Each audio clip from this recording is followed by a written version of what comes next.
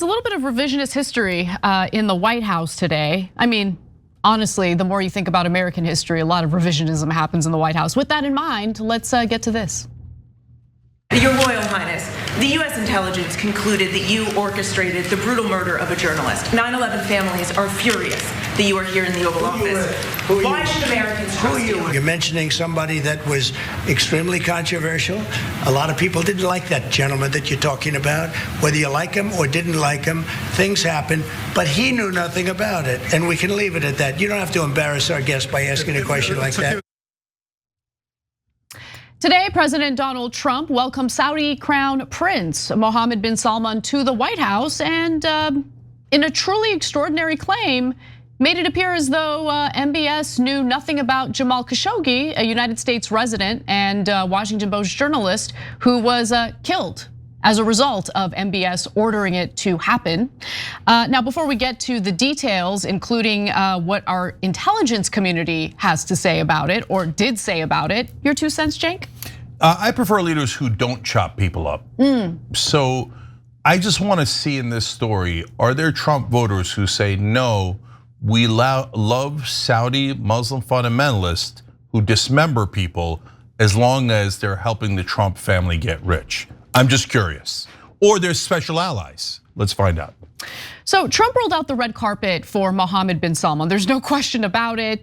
There was a greeting from the US Marine Band. They had a formal dinner, very, very nice. Now, during their meeting in the Oval Office, a reporter from ABC pressed Trump and MBS, Mohammed bin Salman, on the 2018 murder of Jamal Khashoggi, which took place inside the Saudi consulate in Istanbul, Turkey. Now, a team of 15 Saudi agents flew to Istanbul on government aircraft in October of that year and killed the journalist inside the consulate. After that, investigators concluded that Khashoggi was restrained after a struggle and injected with a large amount of a drug, which resulted in a fatal overdose. Then they proceeded to dismember his body and hand the dismembered body parts over to a local collaborator for disposal. MBS called it a painful incident. About the journalists, it's really painful to hear, anyone that been losing his life for, no real purpose or not in a legal way, and it's been painful for us in Saudi Arabia. We've did all the right steps of investigation, etc. in Saudi Arabia, and we've improved our system to be sure that nothing happened like that, and it's painful and it's a huge mistake, and we are doing our best that this doesn't happen again. And of course, President Donald Trump, just as he did in his first term, provided cover for Mohammed bin Salman and claimed that he had no knowledge of the murder, despite the fact that our own intelligence agencies, under Trump's watch, by the way, said otherwise. The US intelligence officials determined that the Saudi crown prince likely approved the killing by Saudi agents of Khashoggi inside the Saudi consulate in Istanbul, according to US findings that were declassified in 2021 at the start of the Biden administration. Trump officials during his first administration refused to release the report. Now, by the way, Biden had campaigned on the promise of essentially bringing MBS to justice for what had happened, but did not do anything at all. To be fair, I don't know if he remembered that he made that promise. Now, the Office of the Director of National Intelligence report also said the following: we base this assessment on the Crown Prince's control of decision-making in the kingdom, the direct involvement of a key advisor and members of Mohammed bin Salman's protective detail in the operation, and the Crown Prince's support for using violent measures to silence dissidents abroad, including Khashoggi. The CIA made the same assessment and went so far as to say that MBS personally ordered the killing of Jamal Khashoggi. Officials at the time said that the conclusion was partially based on a recording provided by the Turkish government along with other American intelligence. The CIA also examined a call placed from inside the consulate after the killing by an alleged member of the Saudi hit team, Maher Mutreb, a security official who has often been seen at the Crown Prince's side and who was photographed entering and leaving the consulate on the day of the killing. But even at that time, Trump refused to acknowledge the findings. And in a recorded interview with Bob Woodward in 2020, Trump bragged about protecting MBS from scrutiny. He bragged about it. He bragged about lying to the American people about it, okay? And then today hosted this butcher inside the White House. What, 1 week after he hosted a different butcher, an Al-Qaeda terrorist inside the White House? Don't you feel so great? Aren't you tired of winning, America? This is what he said back in 2020, according to Bob Woodward. I've gotten involved very much. I know everything about the whole situation. Asked what happened exactly, Trump reasoned or responded, I saved his ass, meaning MBS, that's what happened.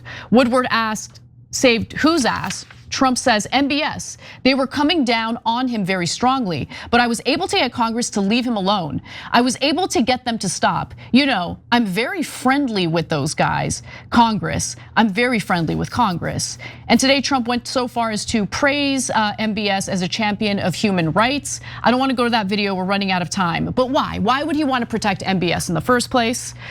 I don't know, it might have something to do with all the business dealings that the Trump family has with Saudi Arabia in 2024 alone. Trump and his extended family collected an estimated $50 million or $50 million deals. I'm sorry, $50 million from deals connected to Saudi Arabia. And just last month, the Trump Organization also announced plans for a Trump Plaza to be built in Saudi Arabia. And how could we forget Trump's son-in-law Jared Kushner also received a $2 billion investment from the Saudi government for his investment fund or hedge fund. Yeah.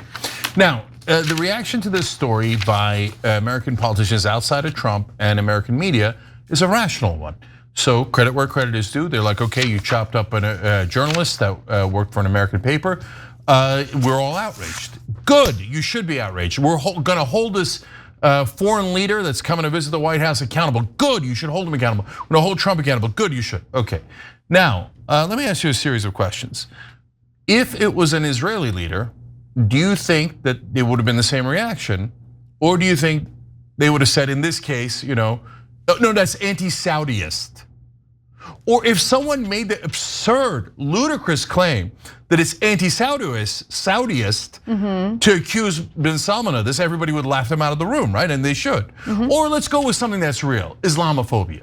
If they say, wait a minute, that's a good point. That is a good point, right? Like I obviously am sensitive to hatred of all forms, including Islamophobia. I never for 1 second question anyone as being Islamophobic for criticizing the US relationship and alliance with Saudi Arabia. Not for a second, no. And you shouldn't. That doesn't make any sense. The Saudis, although they claim to be a Muslim state, are just a foreign government, right? Run by dictators. So of course you should be allowed to question them. Of course it's not Islamophobic. And then one more thing about it. Now there is an awful stereotype about Muslims being barbaric and savage, and it's in a lot of Western press written all the way for hundreds of years. Oh, the Turks are coming, the Arabs are coming, they're savages. So trope. Now, do I think it's a trope? Of course not, right? No, it's just a thing that they actually did do it, right? Yep. But would Israel get a different standard? Would right now there would be hundreds of pundits screaming into their TV, trope, trope, but yet no one mentioned trope in this case. No one mentioned Islamophobia, no one mentioned anything, nor should they. So now, last thing, turn to Benjamin Netanyahu. He's come and visited the White House about 100 times, right? Did anyone ask him, not about one journalist killed, but 241 journalists killed just in the last couple of years by the IDF? That is a record number according to all organizations, including Committee to Protect Journalists. That is more than all the journalists killed in all other conflicts in the world combined. It's 241 times worse than what Saudi Arabia did. And Khashoggi, while working for an American paper, was not an American. And Shireen Abu Akleh was an American, and the Israelis did assassinate her. And our government confirmed that it was the IDF who assassinated her.